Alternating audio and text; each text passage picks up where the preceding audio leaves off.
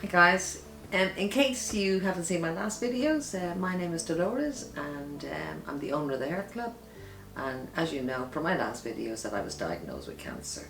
I find that after each treatment I have a different experience. So looking back from my first video, I think, oh my god, I've come such a long way, you know, I had no idea what was ahead of me, and going in there was quite nerve-wracking. And I found it's gone very, very fast going into my fourth chemo. But I do find that after each session, I come out quite different. I never know really what to experience. When I went through the first chemo, it was completely unknown to me. So I didn't know what to expect. And I sort of got through that pretty easy, with the first chemo. Then I went to the second chemo and I was quite ill on the second chemo. And what I have learned is that I have one bad week after the chemo. And I mean bad, but I get a lot of nausea and I'm quite tired. And I was quite numb on the first and second chemo. But on the third chemo, I found a complete difference. And I'm just going to express all my emotions came through on the third chemo. Because I was often one, I never cried, I just felt terrified most of the time, and yet I was quite strong. But on the third chemo, I found it very emotional. Through the second chemo, I felt under my arm and I felt a lump. And I also was completely out of breath and I couldn't really walk. And I was very, very worried about my chest or my lungs. So I hadn't got the nerve to tell the doctor that. And my sister said to me, you've got to tell them everything because you're the one that's going to carry this around. So it was very hard for me to go into my doctor and say to him, I want another scan. And he said, no problem. So I went down and I had another CAT scan, and I just said to him, I have this lump and I have my chest and I'm just very worried. So for the first and second chemo, I was living through that. 1 and 2 chemo, I was only dealing with what I had to deal with, and I was happy enough with that. But when I actually had to go and get when I chose, which I couldn't believe how strong I was, to go and get another scan, I thought, has this spread? So it really brought me down because I was subconsciously dealing with that. When I go to see the doctor, is he going to say something to me? And then funny enough, I got a letter from a doctor. And I thought, what is that? I've got to go to see another doctor, so there must be something wrong with me. So I thought, I just put it in the drawer. I didn't even want to see it. And then when I went to see my doctor there on Friday, he said to me, well, I've got good news for you, Dolores, he said. I'm sure you've been informed, which I hadn't been. What he said was, you are completely clear, and that meant with the problem area I had, with what I felt under my arm and my chest. That was such a relief. And I have to tell you, I sort of came out and I went in and had all my tests done. He said my bloods have gone down, and that's quite normal. But all this experience, it's changing me. So I asked the doctor, can you tell me, when does the tumor start to shrink? How does this chemo work? So he said that in the first 2 chemos or 3 chemos, I can only express it in layman's language. He said the chemo goes in and it's like an army going in, and it protects the area. So nothing can get in or out. He said, so it's going in there and it's saying, I'm here, I'm protecting it, so you can't go out or you can't go in. And then he said, when you go into the 3rd or 4th chemo, it starts to shrink. And wait till you see, he said, after your 4th chemo, that's when the real shrinking starts. And that's the 4th, 5th, 6th, 7th, 8th. So I have 8 chemos. So I'm halfway there tomorrow. And you know something, I'm really, I was just thinking about it. I'm so happy I only have to deal with that. And I also found that, kindness was a great help with people.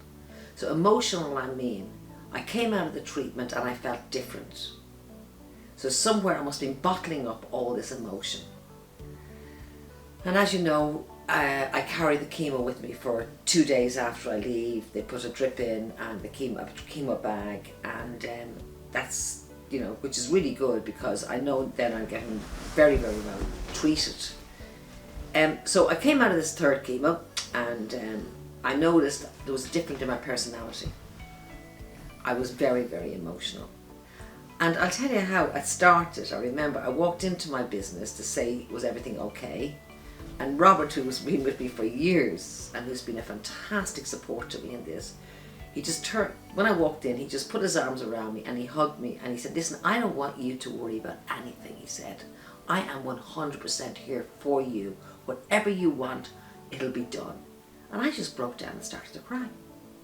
I just couldn't believe that someone could be that kind. And the funny thing about it, when I cried, the water was hurting me, because whatever's in the chemo, when you get the water, it actually hurts your skin. And that was the first time I cried since I actually got diagnosed. And it was his kind words that brought that emotion out. And as the week went on, then my daughter came and contacted me, and she had like flowers and different foods ready for me, and you know, different gifts when I got home, and she was very, very, very kind and considerate towards me and very gentle. And when she was in the house, I just started to cry. Then my sister called me, and I noticed that her voice was very kind and gentle. And the more kinder and gentle she was with me, the more I cried. And she's already been through this 10 years ago. And she said, let it out, she said, because this is what you're holding in. Then I came home one day and my son had a magnificent television in my bedroom so that when I'm ill, I can actually look at television. When the minute I saw that television, I just started to cry. Because again, I can't believe the kindness and the gentleness. So it was all emotion. And that week I learned that, you see, I found that going through chemo, my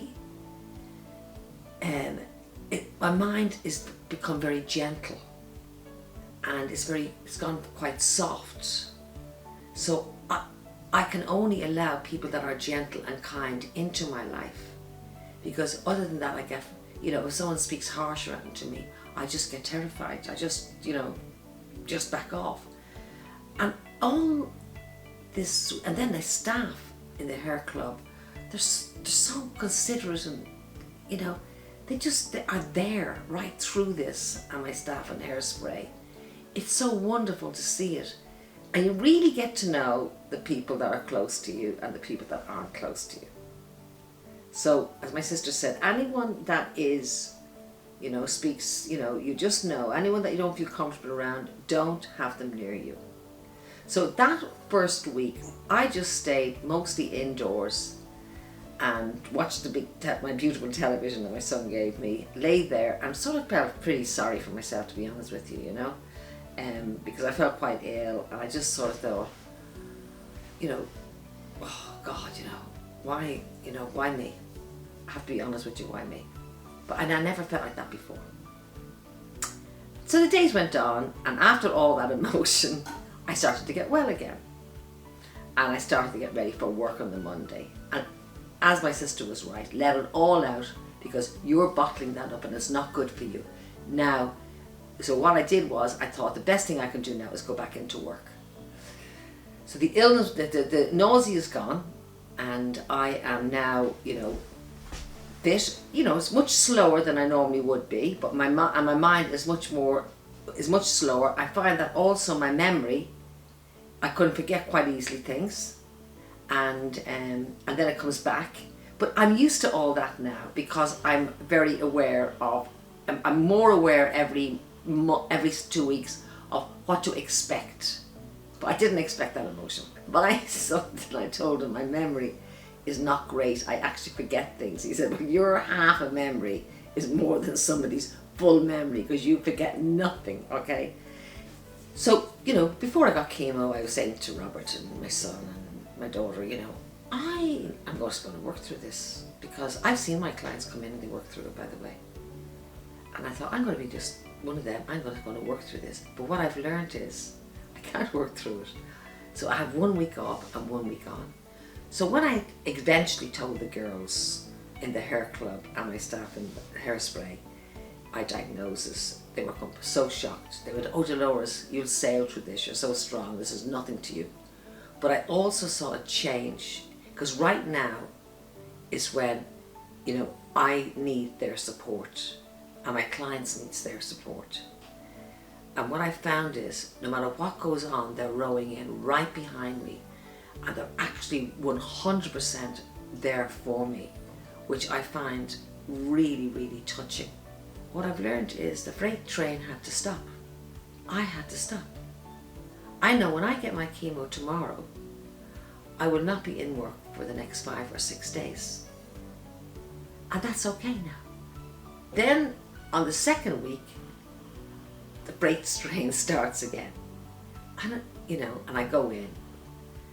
And I must say also, an awful lot of my clients are so supportive to me, you know, as well, because they've seen me on video, and they've seen the videos, and they've seen, you know, it's great because I don't have to explain anything to them why I'm not there, because most of them know I'm there. So what I'm saying is, so I go in to work on the second week, and it starts again.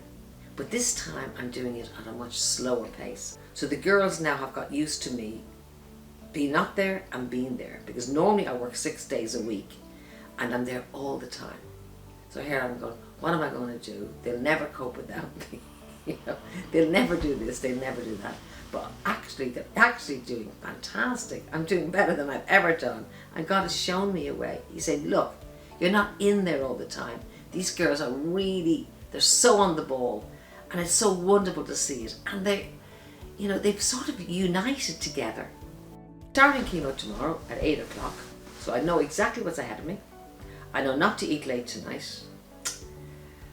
I've gone all through the emotions this week, so I know I won't be going through that next week, which is really good. And I know then that I'm out for a week, chill out, and then back into work on the Monday.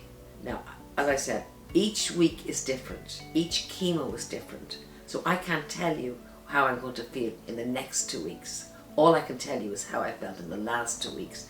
And it was a very unusual 2 weeks for me, because I was never that emotional. I've never experienced emotion like that. And I've also never experienced the kindness. And you know, the most wonderful thing is, when my clients come in, when I'm there, and they're going through what I'm going through, I always know the first thing they say is, "How are you?" And I go, "I'm fine," you know. And so then I know they've seen the videos. And they're so lovely, because they always say, please keep up what you're doing, because I can't tell you how inspirational it is to hear your experience. Watching your videos gives us so much encouragement. And I get an awful lot through WhatsApps and, you know, Messenger and everything. My clients going, "Oh, thank you so much," you know.